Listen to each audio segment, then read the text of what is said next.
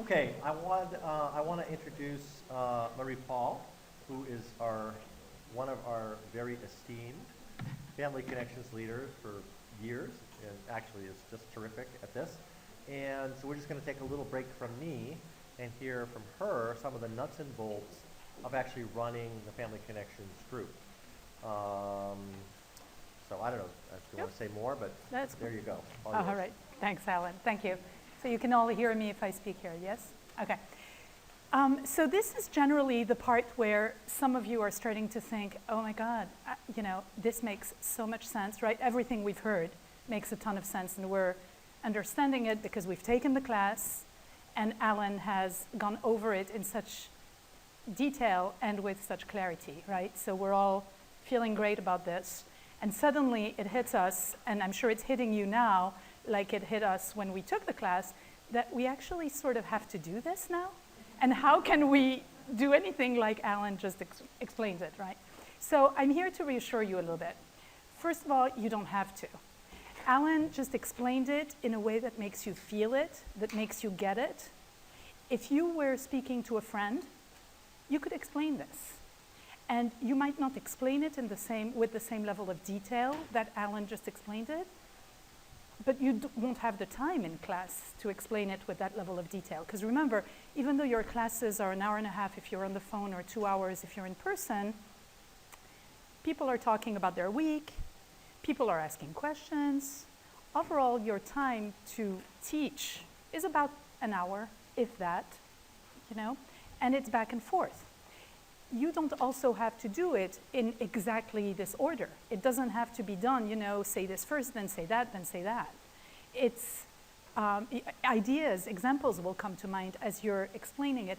Because Alan explained it in a way that made you feel it, and you are relating now to some of your clients or to your relatives, you are now able to sort of bring it.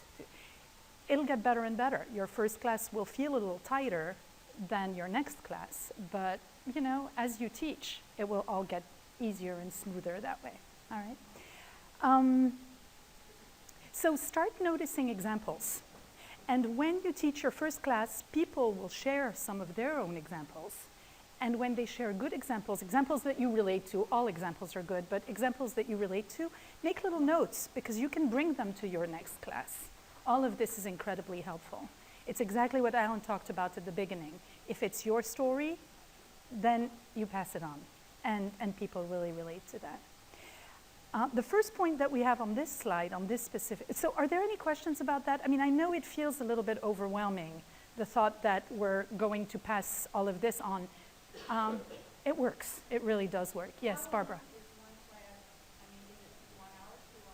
So we recommend, you do it the way you want, but we recommend when it's in person, 2 hours with perhaps a 10-minute break in between the 2 hours.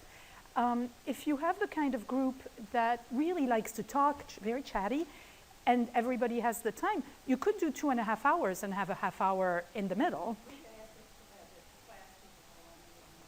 Well, yeah, you can give them a little bit of freedom that way if you want. We were talking this morning about how to hold a group together. If people talk for a long time, you certainly can say, and I've said that often, look guys, it's your group. If you want to spend a lot of time talking and giving each other support, it's fantastic. It will come a little bit at the cost of the skills.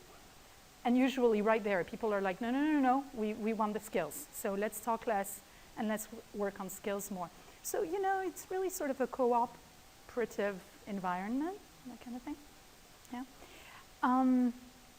That first bullet I love because it truly is a spiral learning type of form. So, we're so used, especially here in our culture, to start at A and to finish at Z, and, now you've learned everything and go. Really, most, if not all, of the concepts in the class will be covered at least twice. And I can't tell you how often we use the word validation or the word invalidating in the class. It comes almost in every session. So it's very tempting right from the start, especially your participants will use the word validation in a slightly inaccurate way. A lot of people think validation means complimenting, for example, and you'll notice that. And it's okay to let it go because you will cover it again. So you go in a spiral, the rights of relatives, the assumptions that Alan went over, assumptions to be effective, that's covered in the first class, and it's covered in the third module, which is around the 6th or 7th class. And it's okay. So I like to warn everybody, to tell everybody that they will hear it again, but from different perspective. It's not a spiral as if we're going in a circle. It's a spiral as we're going up. And we're seeing everything from different, more informed perspectives as we go. We talked about giving as many examples and stories, make them yours, and keep track of the ones that, you know, of what happens in your class. Matt mentioned this morning, bring meandering back to the skill of the day. That is really, you know, that is really helpful, because everybody in your class, especially when they first arrive, will be in a state of crisis. And there's this desire, and it's very understandable, to sort of put it out there. And, you know, we all want to be heard and understood, and it's a form of validation to have the entire group who is suffering look at you and say, oh, you're suffering even more. You know, that's, so it's helpful to sort of, you do that the first class, you let people sort of put it on the table, but then after that it's okay, and what did you do? What did you try? So people who tend to come with a lot on their plates and say, well, you know, and so she did this again and she did that again, and can you imagine it got even worse? It's a good way to actually interrupt people and to say at that moment, so what skill did you try? And it's non-judgmental. If they didn't, if they say, you know, I was overwhelmed, I didn't try anything, the answer to that is, well, it makes sense. You do have a lot on your plate. So how do we help you for next time try something? What one thing might work? Let's work on that together. So now you're helping them problem solve. Okay? The next point is to be dialectical, and it's to really recognize that we're asking people to, they're here because they want to make a difference in their lives, and at the same time it's really, really, really hard. Generally, people in your class will not all be in a state of crisis at the same time. It's pretty unusual. I've taught many classes. I can only think of one where every single person had a worse crisis than the previous one, and I was thinking, okay, this is going to stop. There will be one person who is sort of in a decent stage right now, but no, it just kept going and going and going, and everybody had massive issues, and there were runaways, and there were jailed people, and there were, it's highly unusual. So some people will require more attention than others at first, and then everything will sort of smooth over. Throughout, people will explain what they're going through.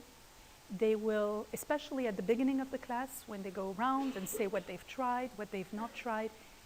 The fact that they've not tried something, or the fact that they have tried and failed, I really reward particularly the tried and failed, because it's so easy to be a little ashamed and say, no, I didn't try anything.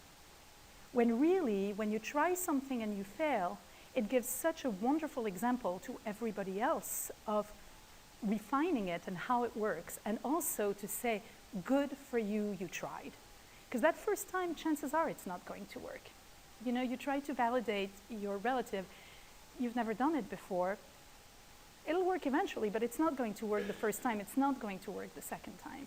And so if you bring that to class, if your participants bring that to class and talk about the fact that, they tried and it didn't work, you can sort of try to look at that in a little bit more detail and really encourage them and tell them to keep trying, all right?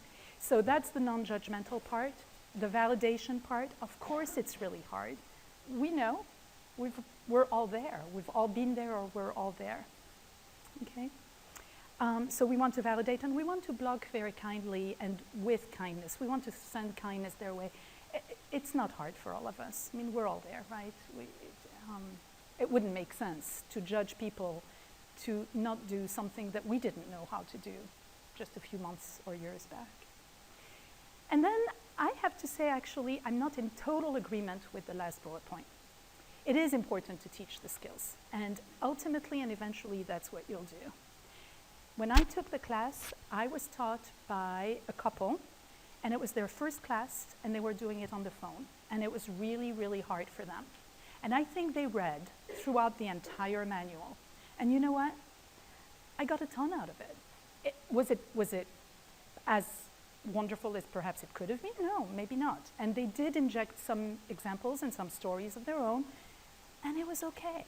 If you're a little bit worried, your first class, your second class, and you feel the need to go back and read what's in the book, well then do that. You won't always do it. Eventually you'll get the comfort level where you'll know what it's all about and you'll be able to talk to it. And if you miss a point 1 week, you'll bring it back the next week because it is that spiral learning. So you really eventually will not miss anything. But if the choice is, I have to read, and if I don't read, then I'm not doing the class because it's just too much for me, absolutely read the first time or the first couple of times, okay? It's all right, it's okay. So I think that covers it. I know that there have been some questions, and tomorrow we will talk more about the house, the nuts and bolts. Where do you find a room? Where do you find the names? How do you, so we'll be back for that. But I just wanted to, at this point, reassure you that what you're hearing is tremendous learning for you, and it just makes you understand the concepts. If you understand them, you'll be able to pass them on. Yeah, go ahead, Jennifer. Quick question about blocking with kindness. Mm-hmm. I can imagine feeling kind of blue and sympathetic to somebody who's, missing one or doing it, in a non-helpful way. Yeah. But if they're going on and on and on, and I'm sympathetic to them, but I want to block them, you feel kind of towards their need to get the story out, but what do you mean by blocking with kindness? So if your question had gone on and on and on and on, I would have said, Jennifer, I know, there's anxiety at the thought of starting a group like this. I get it. It's really hard. What is it that makes you most anxious? That's sort of blocking with kindness. It's and there's body language also. You can do this. You can say, hey, Jennifer, I get it. It's hard. So with your participants, you can do the same thing. If the emotions are just, going overboard a little bit because it's a very emotional situation, well, I know in my mind, I don't know if it works like that for everybody, but in my mind, it can go two ways. It can be overwhelming. Oh my gosh, what am I going to do? I'm losing, I'm losing control of the situation. Or it's okay. It makes sense that he or she is feeling that way. Let's redirect gently, right? So, it's always okay for somebody to speak 2 or 3 more minutes. And you wait for them to take a breath, and there's that little sort of body movement, like, I get it, I really get it. That's blocking kindly. Does that make sense? Yeah. Oh yeah. Take a deep breath. Take a deep breath. I know it's hard. Yeah. Yeah. And to the others by doing that. So that makes a lot of sense. What would some others among you do? This is so you validate. This is such a tough situation. Anybody has any ideas here, right? So that's a way to block to block with kindness as well, right? I think. Mm.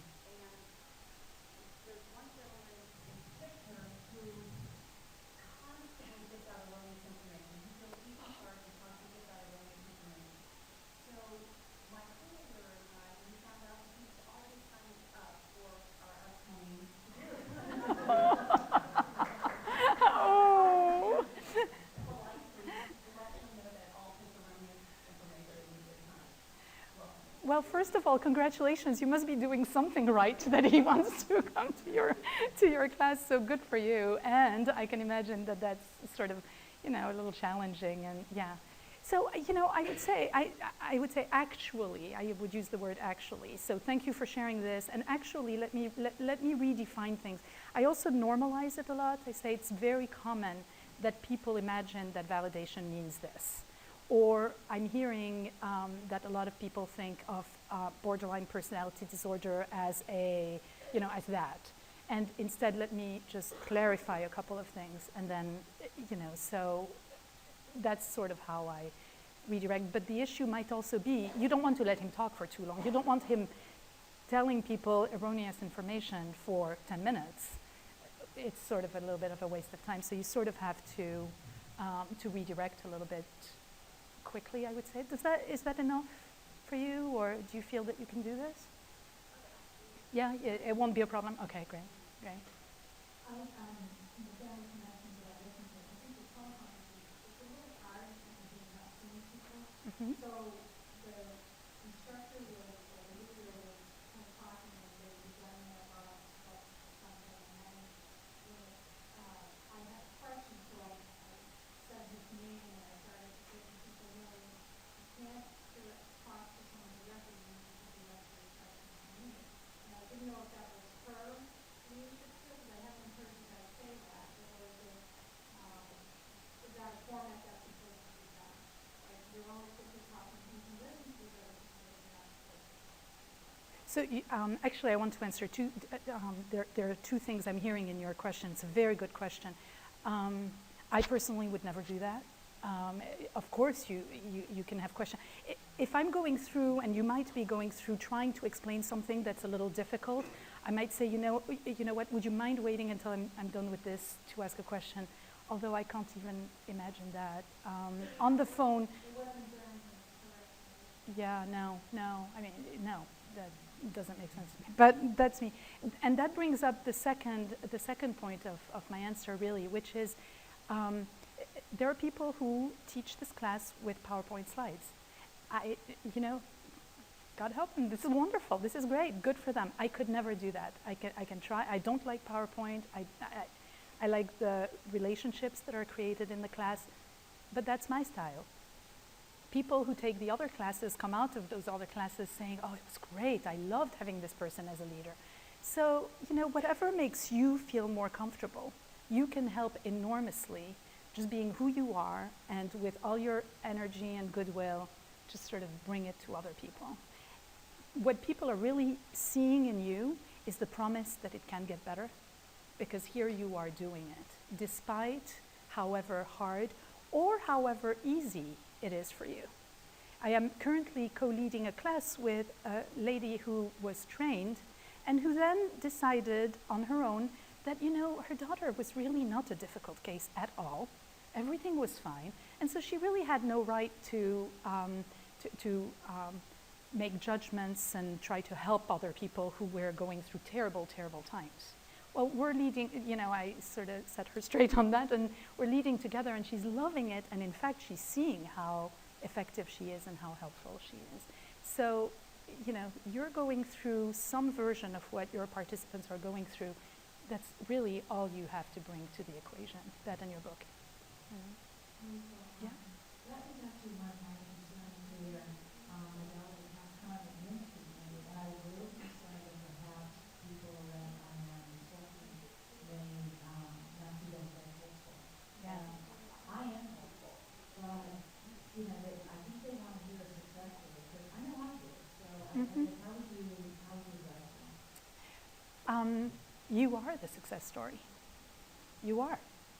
This is not a class about helping your relatives get better. This is a class about you being better. And here you are. You get it. You know how to function.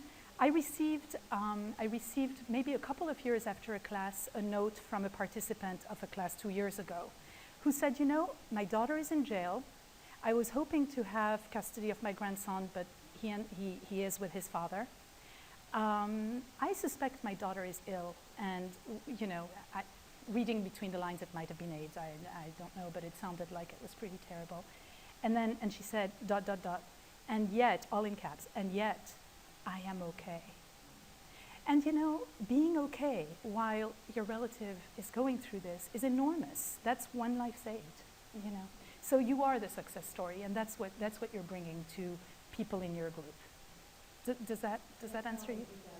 Okay. 2 years ago, I was in China, and so the fact that I'm able to talk about it now is huge. Exactly. And I think a lot of people that I heard on the first call at BBC, myself included, were kind of saying that to us. And so if we can get them to the point where you can breathe and eat and sleep normally, that's a big difference. Absolutely. Yeah.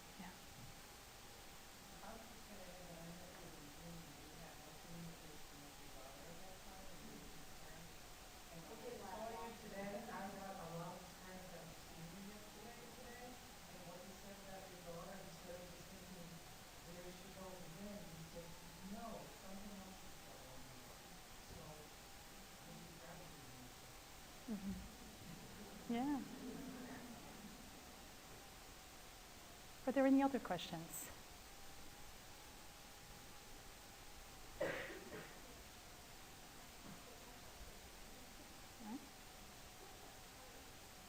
Matt, Anne, is there anything else you wanted to add or anything comes to mind? I mean, again, we'll talk more about the nuts and bolts tomorrow, but, you know. One thing that I Yep. think is preparation. We go back now and I don't see how it's second. We decide what we're going to do the day before on Saturday. We do it on the morning. And prep for that. I think we have lunch for the family. And the team take natural pictures for us. They don't let me practice it, rehearse it, and then post it. And if something that comes out of a good example, a good story, we'll put it on the post it. So, don't go in cold, you feel much more comfortable if you prep, and you know what you're going to do. You think, well, do more than you think you'll get. You never get too many people. You have to take part of the team. That's a really good point. That's a really good point. I do that too. I prep before and I taught a lot of classes, but yeah. People themselves and you know, Mhm.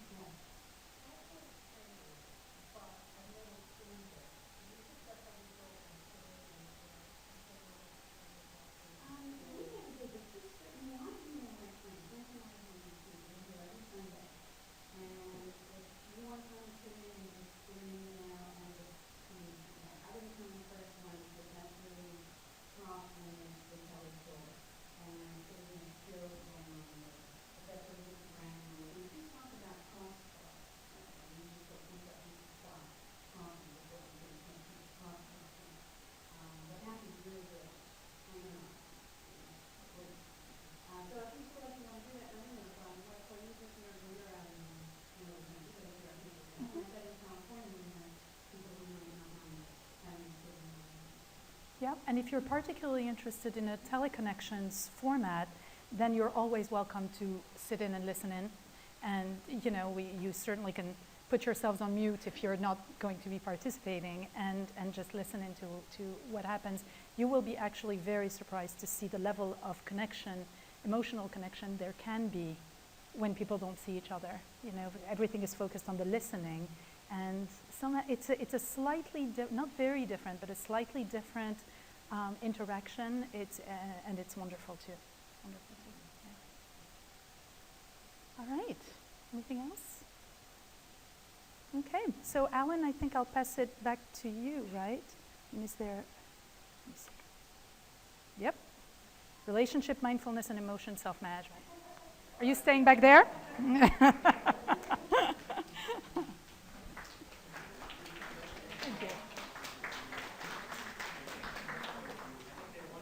You were going to leave me up here? I don't think so. Good try, yeah, exactly. Oh, yeah. I don't know. Okay. So thank you, Marie-Paul. That was actually helpful. So there's more on this, of course, to come. More logistic stuff as we need it. And now it's almost 4 o'clock. We're actually, I'm shocked. We're actually right where we're supposed to be on Saturday, and we're way behind. So I don't know what's going on here. Something wrong with this. So this is perfect. Okay, so we're up to the third module. One more of these. Okay, up to the third module. Relationship mindfulness and emotion self-management. Okay? Now, I apologize. You know, psychologists have to come up with the most complicated way of saying anything. Okay? I often say, you know, when we talk about family, we just talked about the family environment. You know, we talked about the social environment. You know, behavior therapists, you know what that means, right? What an environment is in behavior therapy. What's an environment? People. People. That's all it means. Okay. Psychodynamic therapists do this. They talk about internalized objects. You know what you know what an object is, an object relations therapy? People. People relations. Oh, that makes more sense. Environment, people. Oh, that's what we mean. Yes, so sorry. We get like ordinary language beaten out of us for 10 years, and what can I say? So I try to at least translate back my own language, okay? So relationship mindfulness. Okay, well the relationship part's not so bad. Mindfulness, well, maybe that's okay. Managing our own emotion, I guess, makes some sense. This is a way of basically saying, creating a validating environment for your loved ones and for yourself. Okay, this is part of the dialectical worldview. This idea that, you know, if I can find a way to find peace inside myself, that's not bad for people around me. Okay? And the target doesn't have to be, gee, I want to do something nice for you. The target could be, I want to do something nice for me. And guess what? That's pretty nice for you.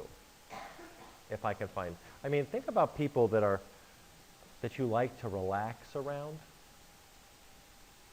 What are they doing?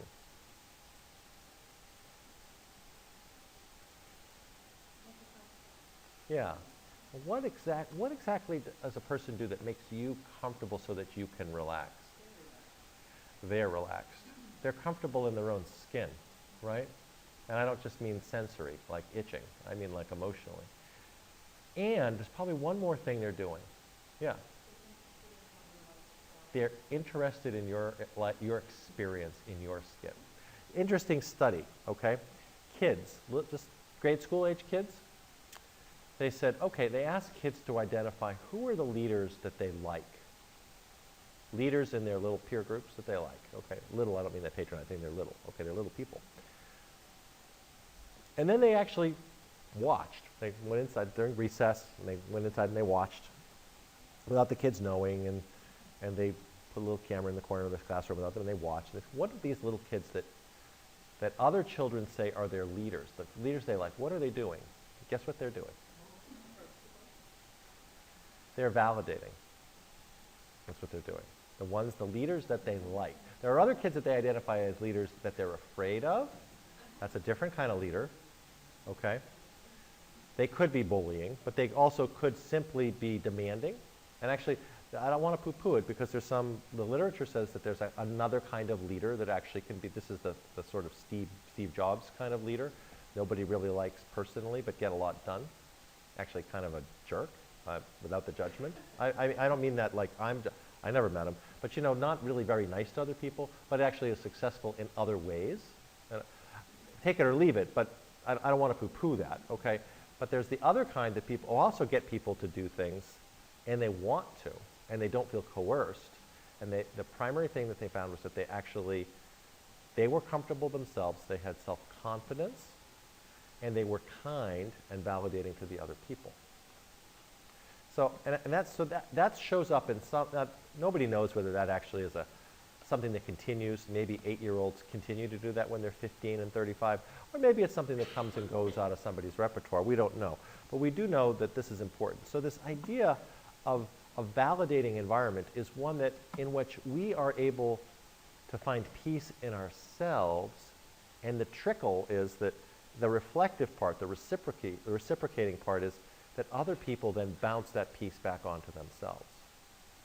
And that actually is an extremely nice thing. Now, when I say peace, I want to be clear. That does not mean quiet. It's an authenticity. It's an accuracy. It's a non-judgmentalism. It actually can be lots of emotion. This does not emotionally neutral or neutered. Okay? You don't have to be in a family that is quiet in its expression of emotion. You can be in a family that's very vibrant in your expression of emotion. It's not how much noise there is. It's not the intensity of the expression. It's not barbed, and there's comfort. And if there's intense expression, it's intense loving expression. And even when you don't like something, it might be intense, I don't like it, but it's not meant as, it doesn't come across as judgmental. It's not critical. It's not nasty. It's not you shouldn't. It's that I'm worried. or that's not going to work, honey. Or, honey, that's just not going to work, okay? Right? And different people, different families, different cultures have different ways of expressing those things. And those things are the keys that we're trying to create here in this particular module. We're trying to find ways to do that. Now we're going to start this with the skill of mindfulness.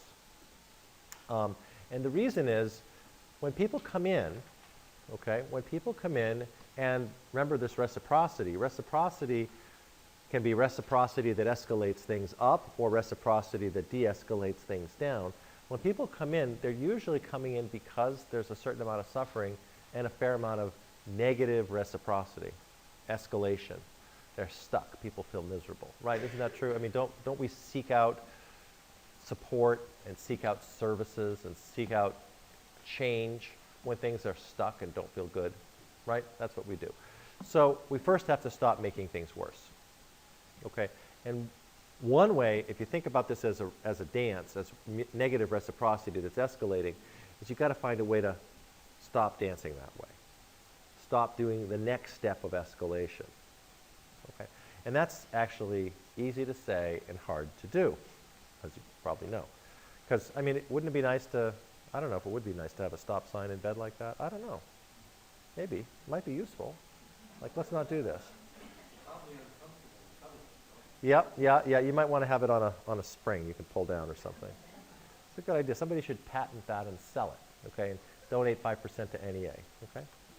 All right, so mindfulness and relationship mindfulness. And let me just be clear, how many of you are familiar with the term mindfulness? You've heard this around. Okay, so this is not something that's brand new anymore. By the way, when we started doing this, mindfulness was still like maybe that little kind of, you the people that dangle crystals and, you know, talk about stuff like that. And mindfulness is actually, has a couple of different traditions, and it has a spiritual tradition, which is really not what we're talking about. And it now has a relatively young psychological tradition, which is what we are talking about. The psychological part of mindfulness has to do with, here's a definition, okay? Paying attention on purpose in the present moment without being judgmental. That's a kind of standard definition of mindfulness. That's actually John Kabat-Zinn's definition of mindfulness.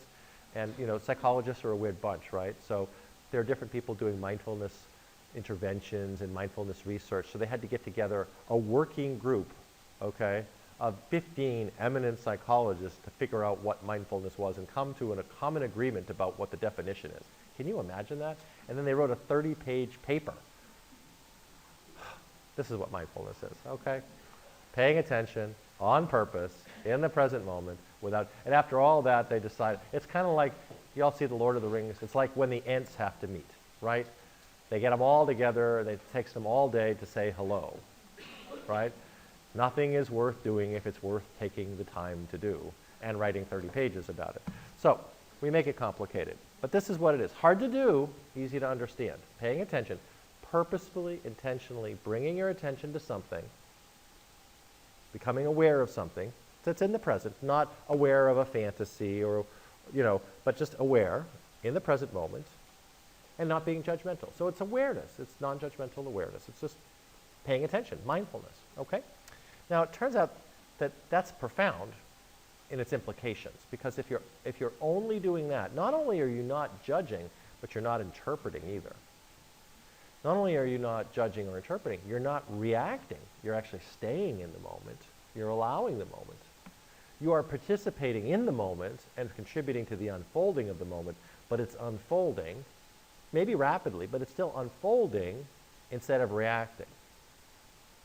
So that leads to an acceptance of reality. Okay, now that's a big statement. That means that unmindfulness is non-acceptance of reality? Yes. Yes. Okay? Somebody got a judgment for me? Give me a judgment. Some kind of judgment. Any judgment. Something that you're kind of committed to. So-and-so's a bad person. So-and-so's a jerk. This behavior is wrong. Somebody got one of those that you're attached to? Yeah.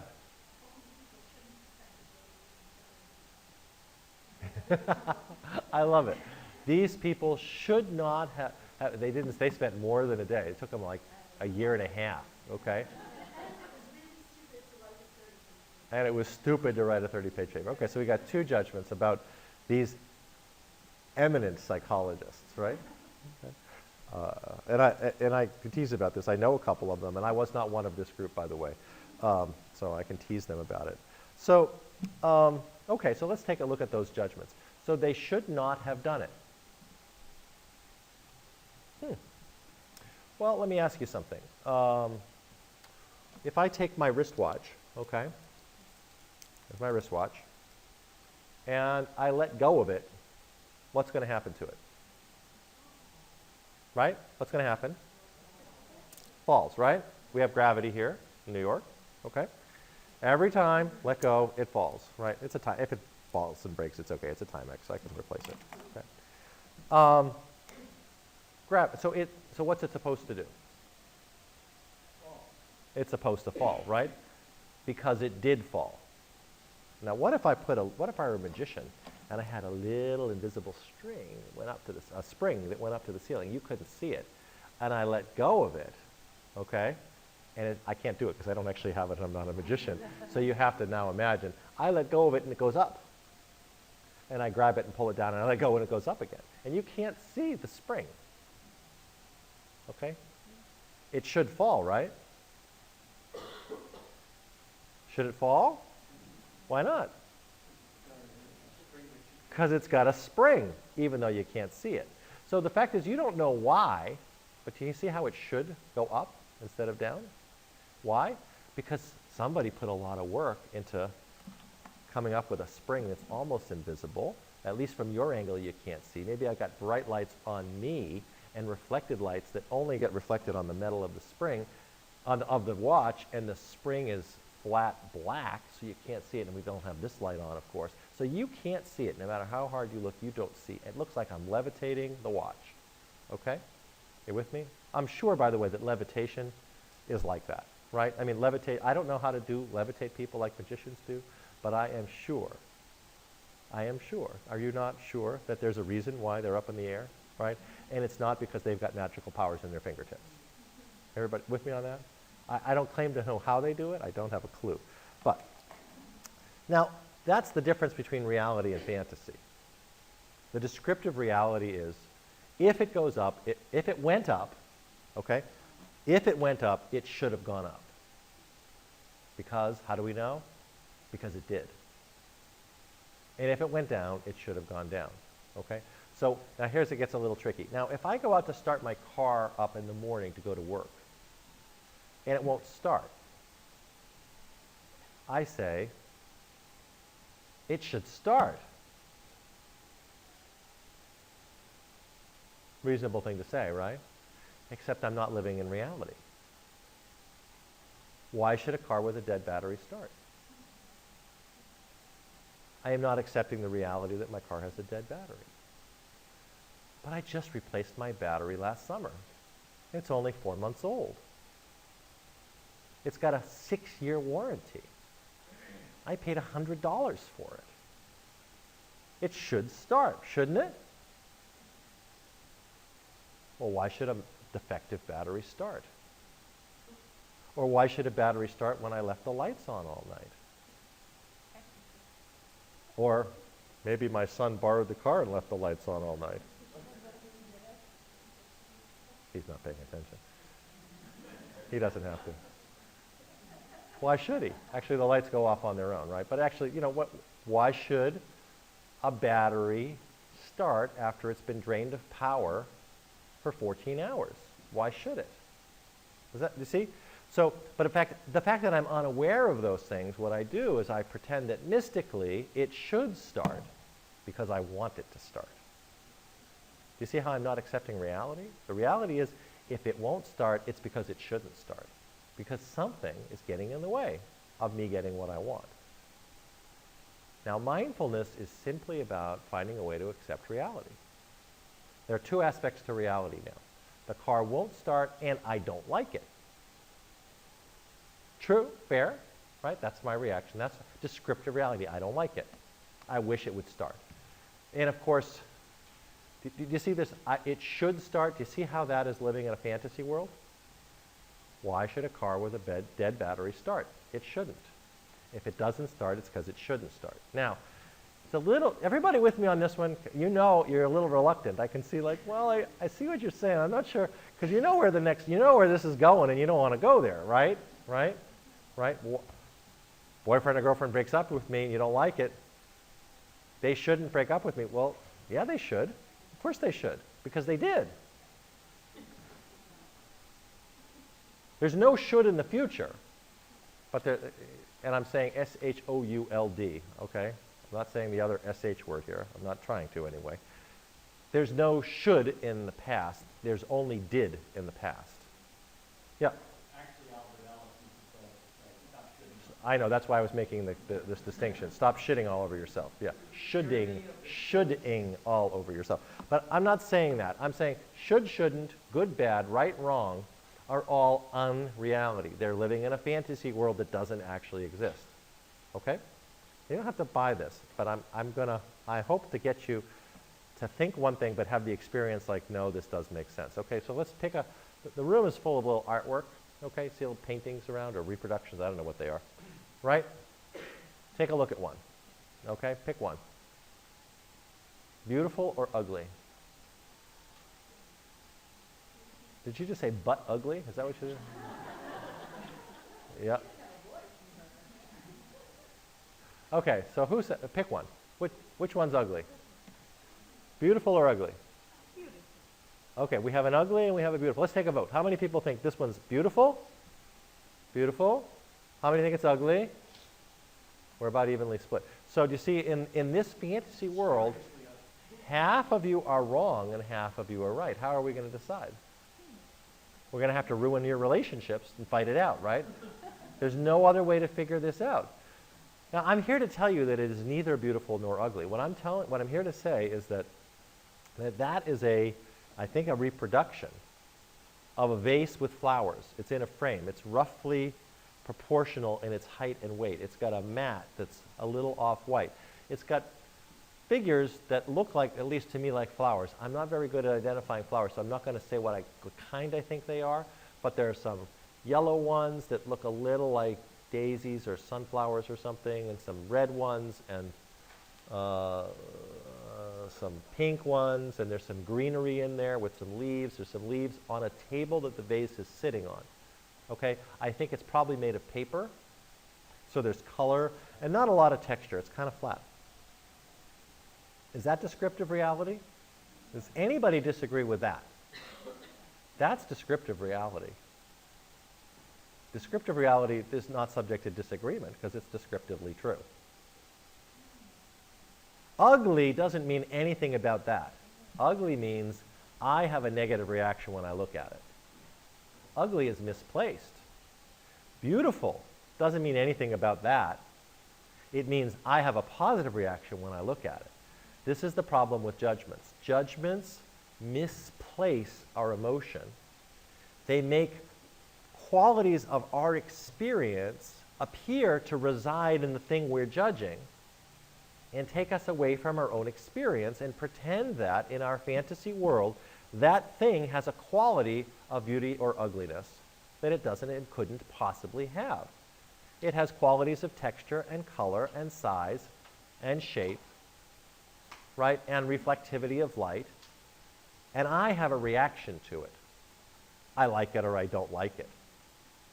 Okay, now if I told you, I really, really, really like that painting, how many people, and you believed me, okay, how many people would say that's a statement of fact? Say yes, because I'm telling, if that's my experience, I really like it, that's descriptive reality. I like the painting. How about I really don't like the painting? That could be a description of fact, part of reality of my experience. Notice I'm putting it where it belongs, on my experience, not on the painting. Yep. What if you say that painting makes you think it's ugly? It's not making you do anything. That painting is not holding a gun to your head, and it's certainly not getting in there and tinkering with your thoughts. Right? No, I'm trying to stick with descriptive reality. The painting is sitting there. The painting, by the way, did not put itself there. It did not choose to be there. Okay? And even if it did, like a person might choose to sit here, Like I might be saying, I'm making you feel blank. I'm not making you feel anything. Oh, sorry.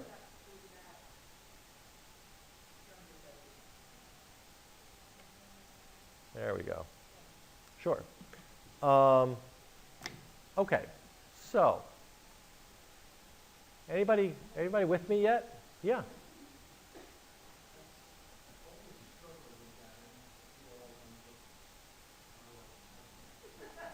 I think you have a greater identity than that. That's a great place to start, though, but I think it's bigger. There's nothing wrong. Yeah, yeah. But I know it's not wrong.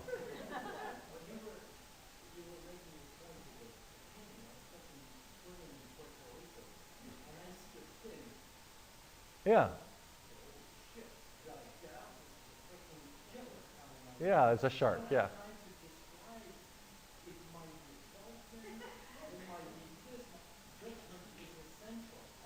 Okay, hang on. That's not the kind of judgment I'm worried about. You're absolutely right. See, you're not wrong at all.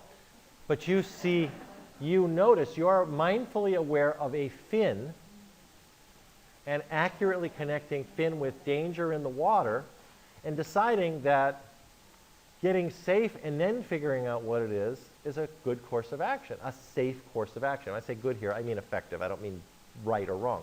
Right, but assuming that, you want to have a decent life, that doesn't involve usually losing a limb to a shark, okay? So now that kind of judgment is an appraisal. That's a prediction, right? When we say danger sign, it's a prediction that there's a risk of danger. And fin in the water, and you don't know that it's a dolphin, is probably a reasonable sign of saying there's an increased chance of danger here, right? In the same way that if you see storm clouds, you bring your umbrella. Now, you could use the word judgment for that, but that's a completely different kind of use of the word judgment. That means I made a decision based on my prediction, as opposed to it was right or wrong, good or bad. In this case, it's probably really safe to say, oh shit, and swim the other way. That's probably really the safe thing to do. I don't think that's judgmental at all. You made a decision based on what's available to you. And taking time to swim up closer and see what it is not the safe thing to do. Yeah, absolutely. Okay, so you get in the car, your car won't start. What do you say? What's getting in the way? And I sure don't like this. Right? Because that's also true. I mean, unless you are happy, if you think, oh my gosh, what a great excuse to go to work late, then you could say, I sure do like this. I mean, because that may be true too. Okay, that's possible, by the way. I mean, I've had the experience of, the phone goes off at 6 o'clock in the morning and the school system's calling saying there's a 2-hour delay in school. I've had the experience of saying, oh, that's nice, and I've had the experience of saying, oh no. I've had both, It just depends on what I'm about to do and how difficult it is to change it or whatever, So now, if you can get your mind around this, I think you have a better experience with mindfulness if you can see mindfulness gets you closer to reality. The trouble with that is reality is not always lovable. Okay? So it also provides us a way to tolerate things peacefully that aren't lovable. And that's a very tall order, but actually mindfulness has a way for us to do it. So now we're going to apply primarily mindfulness, we're going to do it both ways, for ourselves, but also in our relationships. And so let's talk about how we do that. All right, now, did any of you read this comic? This is Jeremy. He says, my new philosophy is to live in the moment, be mindful. Unless the moment sucks, then I live in some other moment. His girlfriend says, yep, works for me. Now, mindfulness is not the sort of thing that you can easily choose to only do when things are nice. You could. And in fact, when things are pleasant, think about something that's really nice, something that you enjoy. And imagine at that moment you start being distracted from it, paying attention to other things. It loses the joy, doesn't it? Okay? Well, Mindfulness enhances the experience of something positive. Now, you might think, therefore, that it enhances the experience of something negative. That would be true, but not by making it more negative. It actually enhances by making it less negative. How does it do that? Well, mindfulness allows you to do what? You notice that you feel really cold. You notice that you feel really cold. If you're unmindful, you live in unreality, you say, it shouldn't be cold. It shouldn't be cold. I paid the electric bill. It shouldn't be cold. The fact is that your furnace is broken. Or somebody turned it off. Or the power's out in that part of the house. Why should a furnace generate heat when there's no power going to it? Or when it's turned down? Why should it? But you're saying, well, it should work. You're stuck in unreality. It should work. I paid for this, damn it. Okay. And then you kind of get worked up. Or you could say, I'm cold, I don't like it. I wonder why there's no heat. Mindfulness allows you to go fix the problem. Turn up the heat, turn it on, get the power turned on, fix it in some way, and then all of a sudden, while you're waiting for them to fix it, you go get a sweater because you're aware that you're not really warm enough. You see, mindfulness allows effective problem solving if we're mindful of the situation. Now, most situations aren't that easy. Now, the tricky thing about this is this should be stuff is when it gets to stuff like, well, you know, my loved one tried to kill herself last week. She shouldn't have done that. But she should. She should have tried. Why? Is that a mean statement? No, it's just a statement of fact. If she did, that means she should have, because everything about her life that led to that moment actually happened, and therefore that behavior happened, because it's at the end of that chain of events. Now, there's no should for the future. There's only desire and lack of desire. Okay, so I would never say someone should kill them. I mean, heavens, no, that's not at all the point. And when we say you should not, what that really means is I don't want you to, right? The same way if I say it's a beautiful painting, it means I like it. Judgments, letting go of the judgment allows us to be more aware of what we like and don't like, of what we want and don't want, and accurately describe our experience in ways that other people can understand. We're going to get validated by other people if we can be descriptive. If I walk into the house and say to my wife, the damn car won't start, it should start. The damn thing it shouldn't be broken. It shouldn't be broken. It's very hard for her to say, oh, of course you're disappointed, you know, because you were looking forward to da-da-da-da-da at work today. Or of course you're worried because, you know, there's no bus, or, you know, who knows what. She can't, how would she say that? So she's going to invalidate my disappointment or my worry because she can't do anything else because it's inaccurate. Okay, now, does this make sense? Everybody okay with this? All right, so relationship mindfulness is taking the same skill, this idea of describing reality, and simply applying it to another person. Now, that sounds easy, but it's actually not that easy. Okay, it's kind of hard.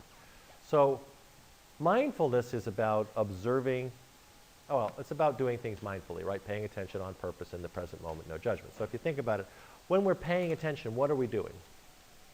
There aren't that many choices. We could be noticing, right?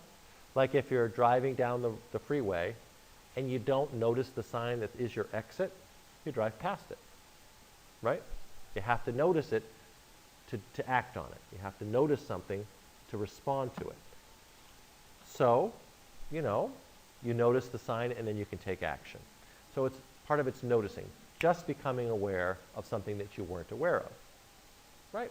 You walk into the room, somebody's there, your loved one is there, you notice the expression on the person's face. If you don't notice it, you can't respond to it, okay? So paying attention, observing, and then there's describing. Descriptive words are different than judgmental words, right?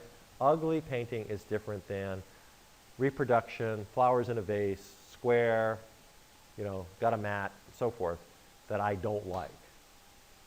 Very different, right? Descriptive is, about the painting. Instead of it being a painting, how about it's another person, that, Barbara is sitting here, she's wearing what look like pearl earrings, and she's got a watch on her left wrist, and she's wearing a light brown sweater and a name tag that says Barbara, and a white and brown striped collared shirt. You actually know who I'm talking about, right? I mean, if you can see Barbara, okay?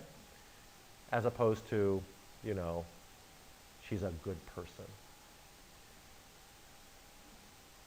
Other than the she, which is descriptive, there's not much descriptive there. Or she's a bad person. See the difference? If I say she's a good person, that doesn't really mean so much about her. That means something about my reaction to her. I like her. She's a bad person. I don't like her. See? It messes up the whole world if we get judgmental. The whole world. How could you validate me when I'm telling you something that's backwards? I think I'm talking about her, but I'm actually talking about myself and my reactions to her. That's pretty different. Yeah? Well, when I've heard people told this before, they said, well, obviously it's my opinion if I say that's an ugly piece of artwork. How would you Really, respond? it sounds like you're using ugly as an adjective about the artwork. That's the artwork. If I say square, that's an adjective. That's a descriptive adjective. Ugly is a judgmental adjective. They're both, I don't know about the word opinion. Opinion is pretty complicated, but it's not descriptive. And, of course you get to, this is about, opinions are a funny little thing, okay? Honestly, I think if you see what you're thinking as an opinion, you're being descriptive, you're owning it. Most of us, when we have closely held opinions, actually are pretty self-righteous about it, when you get right down to it, right? Anybody have any opinions about who should win the election? I don't want to hear who it was, but just opinions about who should have won an election, whether president, senator, Congress, governor, whatever it was. Anybody have an opinion? And doesn't that, if you think about one you have strong opinions about, okay, how many people use an epithet in your head about the one that's not the one you supported? Honest, be honest. Yeah. Only 10 of us, really? The rest of you are apolitical? Don't get like jerk about the other person? No, really? I'm surprised. You're kinder than I thought. And I guess I've been accused of not having, being maybe Pollyannish or not having a judgment enough on Well, somebody close to me. yeah. Well, that's tricky. See, I think the issue is not, I don't know, we don't know each other, but I think it's one thing, I think that it's one thing to have opinions or I think if you say instead likes and dislikes are not opinions. It's descriptions of our experience. They're facts, right? How many people like hot and sour soup? Who likes hot and sour soup? Okay, who doesn't like hot and sour soup? You see that those are facts. Those are facts. You like it, you don't. Those are facts. Hot and sour soup is not good. It's not bad, right? So if you say, my opinion is hot and sour soup is terrible, it's kind of confusing. If your translation of that is that means I don't like it, that's fine. But usually when we say hot and sour soup is terrible, what that means is you shouldn't eat it because your experience will be that it's terrible, as though it's a fact that the soup is terrible. Like if I said the soup will make you sick, let's assume that the soup was left out too long and actually is giving people food poisoning. Okay, let's say that's actually a fact, that somebody got food poisoning from that soup. I could say that soup will make you sick because what's the bacteria? But it's got salmonella. It's whatever. That's a fact. It will make you sick, or it's very likely to make you sick. That's different. That you could say bad soup. That might be pretty close to being an accurate description. But when you say it's lousy soup, it just might mean you don't like the taste. So when you think about opinions, I think that people can have very strong opinions, meaning likes and dislikes, but own them. I like this, I don't like that. But also people can be very flexible and have lots of things that they don't love or hate, that they're okay. That just makes you flexible, if it's honest. But the issue with wishy-washy is when I have an inaccurate expression is that I have a strong opinion, something I really like or don't like, and I don't say it. I misrepresent it. I really don't like the soup. And you ask if I want to go to your favorite place to have hot and sour soup, and I say, oh, that'd be fine. That's a problem, right? Why? Because then we're going to go get it, which is invalidating of the fact that I don't like it. But how would you know that? Because I didn't tell you that. So it's inaccurate expression to present as liking when we don't, or as not liking when we do. But that just gets us in trouble. And we suffer. Okay, everybody okay with this so far? So mindfulness means we're noticing and we're striving, or we're just simply engaged in something fully. You know, when you go dancing, when you start singing, you're just doing it. You're not self-conscious about it. That's being mindful. That's also. Now, the idea is that everything else we do is not being mindful. So being distracted isn't being mindful. Okay, being asleep isn't mindful. Okay? Make sense? Dissociating isn't mindful. Getting stuck in a secondary emotion is not mindful of something else. And I also want to point out that when we're mindful of some things, we're not mindful of others. So not being mindful of something is not bad, right? If you're mindful right now, hopefully you're mindful of being here. It's late in the day. Some of you are looking a little wilted. Okay, notice I said looking a little wilted. I don't know what you're feeling, but I imagine you could feel tired. A long day, right? And if you're not feeling tired, I don't mean to be invalidating, okay? Because that's lovely. You know, I don't know what you're feeling. So, description. So, your loved one comes in. Okay, let me just finish the slide, I guess. Letting go of judgments about the other person because judgments are concepts and not reality. So if you think about a judgment you've got about another person, everybody does this from time to time. Everybody I know anyway. You got a judgment about another person. Whatever the first thing that came to your mind was, this person's a jerk. You know, this person shouldn't have done that. Okay? Could be somebody in your life, presently, in the past. Could be somebody who did something to someone you love. Okay? You with it? Now, all I want to point out is that that's a concept. It's not true. Okay? It's a concept to say that this is a good watch or a bad watch. It's not true. The watch is either keeps time or doesn't. It's easy to read or it doesn't. It goes through batteries quickly or it doesn't. It fits on my wrist well or it doesn't. It gives me a rash or it doesn't. Right? Those are things that might go into you saying it's a good watch. But what we mean by good watch is that it keeps time, it doesn't give me a rash, and it's comfortable on my wrist, and doesn't burn out batteries too often, right? That's what we mean.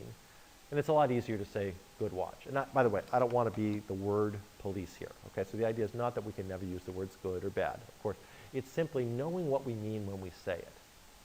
And being reluctant to use those kinds of words and attach them to people that we love, even at the moment we're not loving them. That's the idea, okay? Because it's a concept, it's not reality. It's a table, it's not a good table. It's a table with a green cloth on it. It's not a bad table. Okay? Is everybody with that? Okay?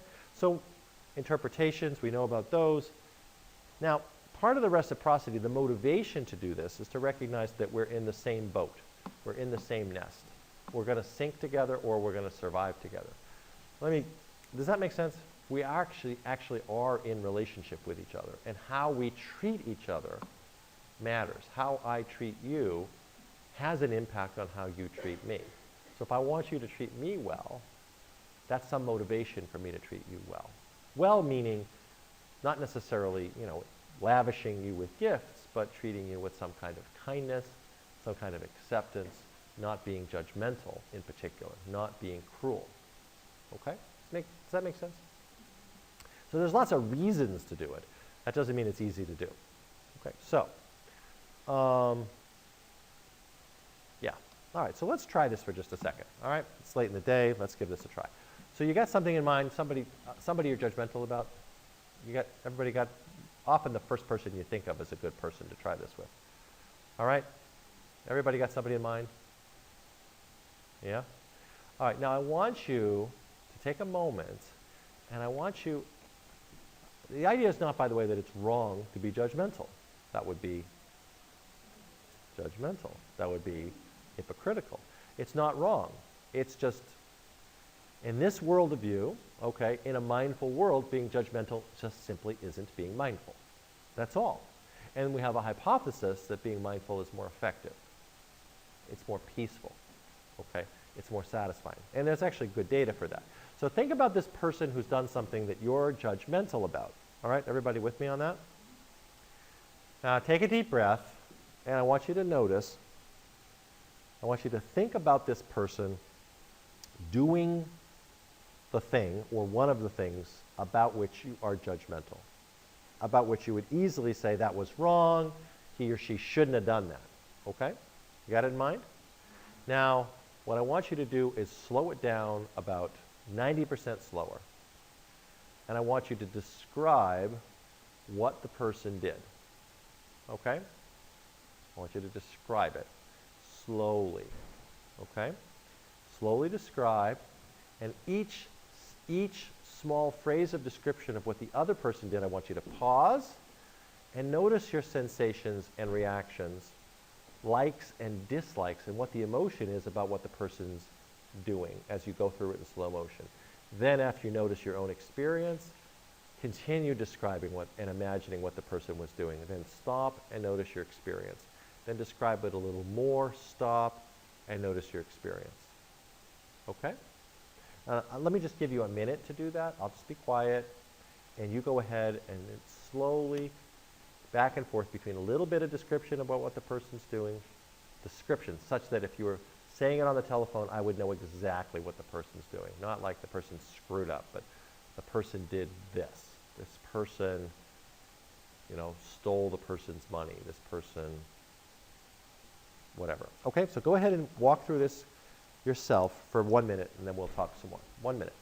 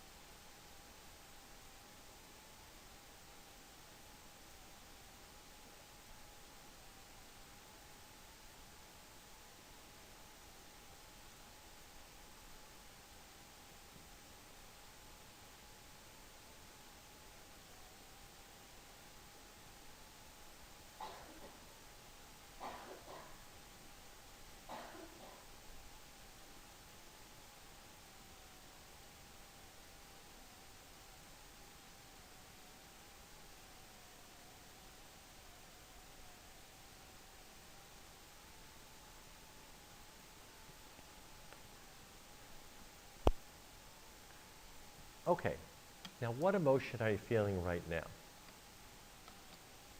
You don't need to tell me what the thing was the person was doing. Just what emotion are you feeling? Guilt, anger, fear, hopeless, sad. Yeah, you brought in the kitchen sink, yeah. Okay, okay. Yeah, yeah, yeah, yeah. Yeah, bouncy brain. Yeah. But we all have that, right? You know, it's like trigger, boom. Okay, would you say that I'm going to guess that when I first said, think if somebody did something you're judgmental, I'm betting that the emotion you felt at that moment was anger, right? Judgmental of other people gets us to be. Would you say that was true? How many people are feeling less angry now than you were a few minutes ago? Other emotions are there, or that there's, yeah. So about half or 2/3 are feeling less angry. Anybody feeling more angry than you were before? A couple people. Okay, now that could be because you're approaching a trigger, something that you actually avoid a lot, you avoid thinking about a lot, and when you wade back into it, the reactions are bigger than you let yourself before at other times. So it's not, the first time you do this, that's not so strange. Just want to be reassuring. But, so notice that in most cases, anger goes down and other emotions there. Which feels more, not more pleasant, but which feels more authentic to you? Feeling sad about what happened and worried, or feeling pissed off? Which feels more authentic?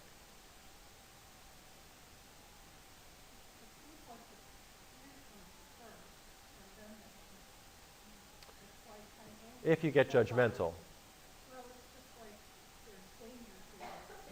Right, but I want to point out there isn't danger now. Staying in the present moment and remembering it, there's no danger now, right? So part of mindful is not reliving it, it's remembering it, okay? Because even, like let's say that I was assaulted in some way, when I was a kid or something, and I'm remembering that, it's actually not dangerous now. So if I told you a story about me being assaulted when I was 5 or something, how would you feel hearing the story if I just did this description? Some empathy, and what's the emotion you'd probably feel? Sadness, exactly. Because something bad happened, and it's kind of sad about the person had this experience, that the world is that way, there's some sadness there. And I want to point out that our own experiences are quite the same. When things happen that we don't like and don't want, if we take the judgment out, what's usually left is sadness, grief over what happened and over what we lost.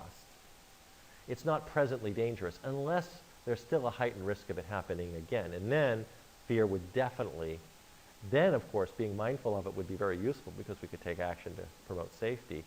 And being judgmental just gets us stuck in this person's a jerk, shouldn't do it, but doesn't get us to take action for safety. Make sense? So there's a lot of parts here. Now I'm not trying to get you to give up your judgmental parts, okay? Skills create choices and options. If we practice mindfulness, we have the choice of whether we want to hang on to our judgments and our anger or let go of them and find other emotions and move past those events. We have the choice. There's no should in mindfulness, but there's choice in mindfulness. We have the choice then to say, yes, this thing happened and I didn't like it, I wish it hadn't, and I'm sad about that. And there's no present danger, it's not greatly, let's just make up an example, it's not likely this is going to happen again. So what I'm left with is just the sadness. And now I can move on and be in the present moment with something else. I was just in the present moment with my memory, now I can be in the present moment with something that happens now. I have the choice. Or I can say that shouldn't have happened to me, my parents should have done something differently, my siblings should have done something, my teachers should have, my blah, blah, blah, should have, I should have. And I'm fighting reality the whole time. I'm working up to a frenzy froth of judgment and anger. And then it's harder to just let go of it and come back to the present moment and go on and have lunch. Because I'm going to bring all that emotion back with me. Okay? And I want to point out, without any criticism intended of people, that when we're afraid of something that isn't dangerous, that's maladaptive. Right? So if I remember a time when, I don't know, okay, so when I was a teenager and I was driving a car, I pushed down on the gas and was accelerating and the gas pedal got stuck. Literally, it got stuck and the car was accelerating, and I think this was in the 70s, big cars, it was V8, and the thing took off like really fast. And the car was totally out of control. And I was really afraid. This is a true story, okay? I was really afraid that I was going to die because the car just kept accelerating and the gas pedal was stuck. It was literally stuck, okay? Obviously, I didn't die. I'm here, right? So that's the reminder, present moment. I'm not about to die, okay? So when I tell you the story, it's a little interesting. And, obviously I survived it. It was hard to slam the brake on and have the gas pedal down. Anyway, I pried the gas pedal up and survived. Okay, so I was fine. When I say that, right, you could be interested in it, and have the experience of a little anxiety, like how's this going to end? But if you're mindful that I'm telling you a story about something that happened when I was 16, you're not really all that scared about it, right? Obviously, it can't be that bad, okay? Does that make sense? Now if I'm getting really scared telling you that story, I've forgotten where I am. I've just gone back, 36 years. Does that make sense? This is, of course, the problem of trauma. It's a problem of trauma. It's a problem of phobias, okay? Where early learning that made a lot of sense. You're being assaulted. It makes a lot of sense to be afraid. It's just that remembering it isn't dangerous. It's really unpleasant, but it's not dangerous. Hearing about somebody else's trauma is unpleasant, but it's not dangerous. Nobody really loves to hear about it, but it's not dangerous. The trouble is when our brain forgets, can't tell the difference between the memory and present reality, it flips. It goes into hypervigilance, like get me out of here, this is dangerous. That's really maladaptive, okay? That's not being mindful of the present moment, okay? So, anyway. Everybody okay with this so far? So now think about your loved ones that we get judgmental of them. Sometimes they get judgmental of us.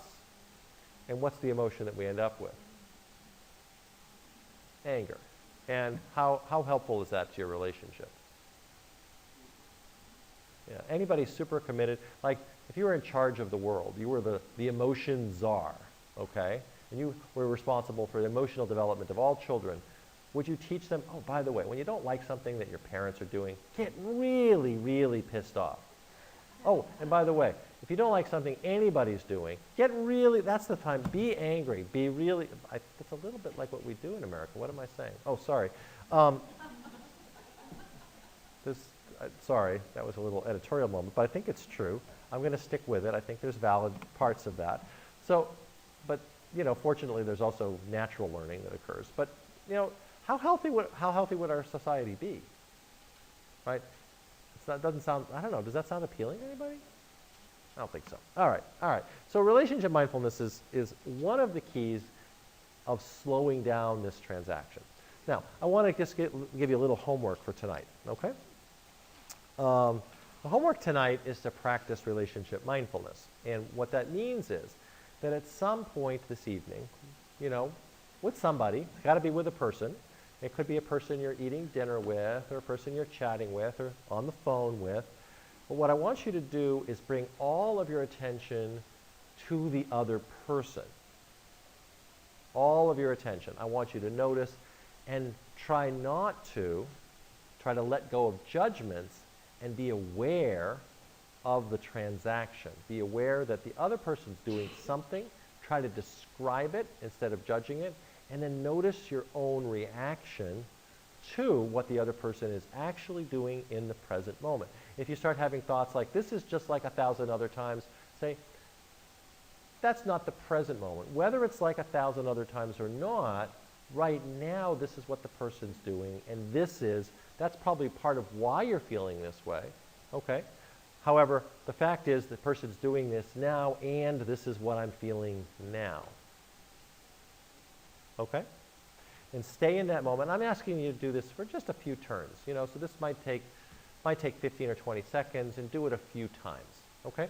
So now, if you want to keep doing it longer, that's fine, but I want you to do this a few times just to notice two things. I want you to notice if that shifts anything in your experience of the conversation or the situation, and I want you to notice if the other person does anything after you're mindful of the other person that's different than you might expect.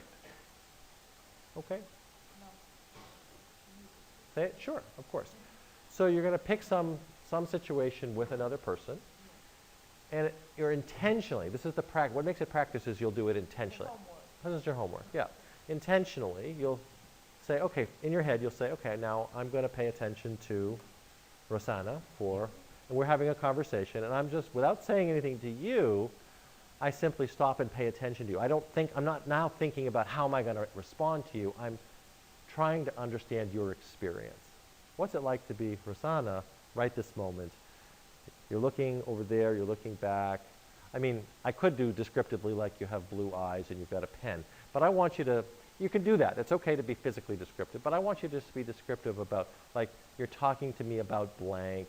You seem sad about it. You seem excited about it. You're happy about it. I want to be descriptive about it, and I want to stop and notice, how do I feel? You know, you're talking about something that, you know, something that happened yesterday or last week, and or something that, you're eating a spoonful and you say, this tastes really good, and I notice that you're smiling and you look happy, and I'm noticing, how does it make me feel that you're enjoying your dinner? I'm just noticing what you're doing, and I'm noticing my reaction. Okay. Now, it could be something that's relatively easy, like you're doing something that's got nothing to do with me, like having a spoonful of restaurant food, which is not a reflection on me. Okay. Or it could be that you're talking to me about something about me. I could also do that. That's harder, relatively speaking, that's harder. Okay? So it's just that, I call this a two-step, right? The two-step. This is part of the two-step. I first got to pay attention to you before I can respond to you, but I got to pay attention to you. Before I respond, I'm simply asking you to notice what happens to your emotion when you look intently at the other person. Pay attention to the other person. Okay? I'm not asking you to say anything, do anything differently, just to notice it. That's all. Just that piece of it. Okay? 10, 15, 20 seconds, a few times. Okay? It's related to active. In communication, people talk about active listening. I think it's the first part of it is active listening. It's bringing your attention to the other person. What is it like to be the other person? This is adding the part, I'm now also aware that I'm transacting with that person. How am I reacting? What do I, in my wise mind, because I'm not judging, so I'm just noticing, I'm being mindful, what's my emotional reaction without any interpretations, without any judgments, minimizing the effects of our history. So it's active listening plus. It's more than that. That's a good question. All right, so we've got we can stop. I have time for a little question. Any other comments? Yeah, please. Yeah. One of those people who speak guitar, the guitar doesn't start. Okay, who's got company for Sylvia? Who else is like this? Yeah, you've got company. Yeah. And the best because, in my program, it's unfair. So it's not sure, but it's not fair. Oh, it's not fair, right. Yeah. Fair is an interesting concept, isn't it? It turns out people have very different definitions of fair. It's a concept. Exactly. You got it. And working with like practice you have 24 times a week. You have a long way to go.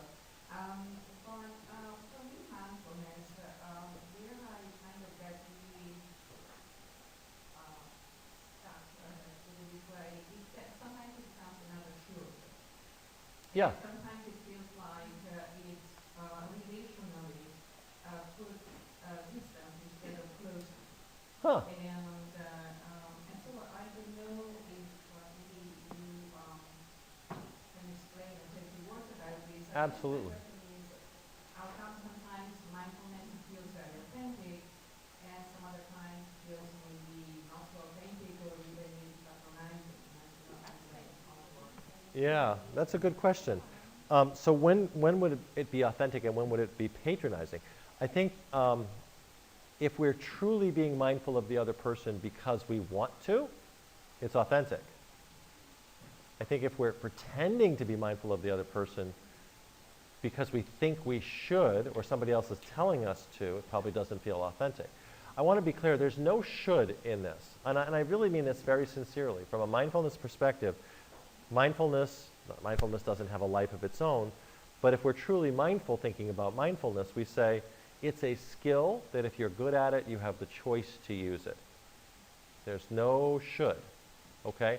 And actually, I actually know people who stay attached to judgments, and it doesn't hurt their life, it doesn't ruin their life, and good for them. And I actually have no interest in trying to get them to let go of them if it's not ruining their life. But if I care about them and it's eating them up alive, I have to say I wish they would try it because I think they would suffer less. But there's no should. So that's really important thing. And of course, when we're teaching something, it almost sounds like I'm saying you should be mindful all the time. I think that's, not only do I think that's impossible, I think it's undesirable. One, because when you're mindful of one thing, you're not mindful of anything else. So there's so many choices. But skills do create choices. And if we have the capacity, the ability to be mindful, we can then choose to. If we don't have much ability, if I can't pay attention and I really want to, I haven't got the skill, then I can't do it. I have fewer choices. Then I'm stuck reacting. I can't act. I can only react. So the authenticity is a really important question. I'm not sure I really exactly understand when it doesn't feel authentic. If you're not being forced to do it, really badgered to do it, when would you feel like it's patronizing? Because that's not an experience that I've had, I'm not sure I quite understand it. Can you give me an example? Well, I'm not sure if I can answer you in general, but won't say. But I guess I think there is a difference between when I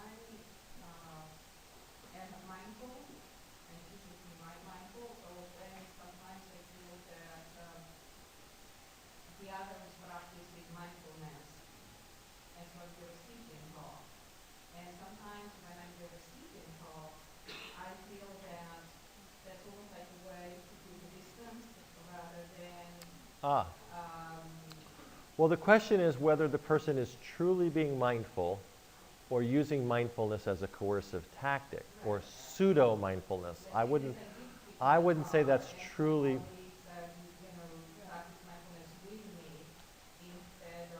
Sylvia, take a deep breath. Yeah. See, that sounds a little patronizing to me too. Okay? It does. But if I were your brother, okay, and I think you're suffering, and I truly think you're suffering, and I know that about you, if I'm mindful of you, I would know that asking you to take a deep breath right now would actually not help you in the slightest. If I'm truly mindful of you, I wouldn't say that. I would say,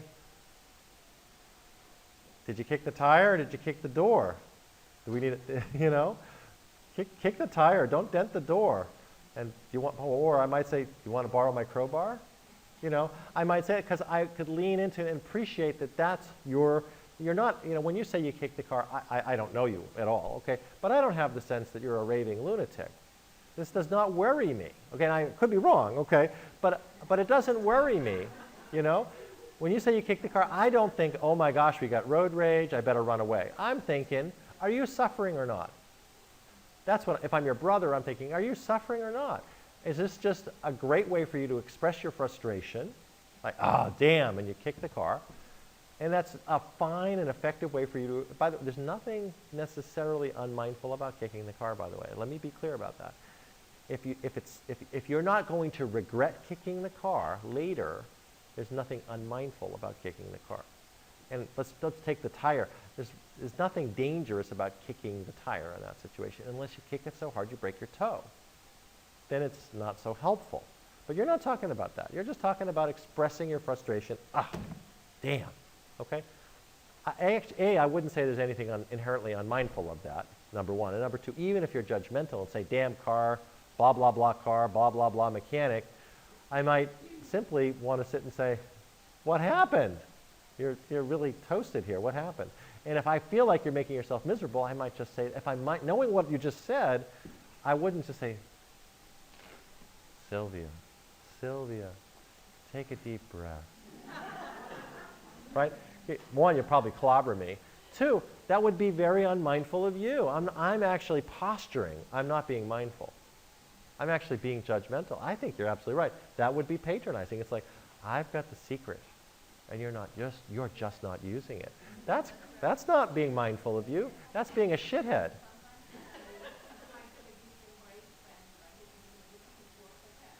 Yeah. Okay, so am I clarifying this because I think that if I'm truly, having heard this from you, if that were in that situation, I would never, first of all, that wouldn't be part of what I would say to anybody anyway, but I would never say that to you, knowing that you feel patronized, because I would say, well, that's not working for you. I'd say, like, wow, maybe you're a person who's very reactive and has a quick return to baseline, in which case I might just smile and enjoy the ride. You know, like, what's the problem? So you have a big emotional reaction, and then you're looking in the yellow pages for a mechanic. What's the big deal here? You know, I might just like smile and say, well, what do you think is wrong? You know, or just like, you need a ride. I mean, you know, those would be relationally mindful things to do. Take a deep breath, maybe if that's helpful, but you're saying it's not. I wouldn't do it. Okay, that's a very good, and I don't mean to cut it off because we can chat more about this in the morning. All right, so we start at the same time tomorrow.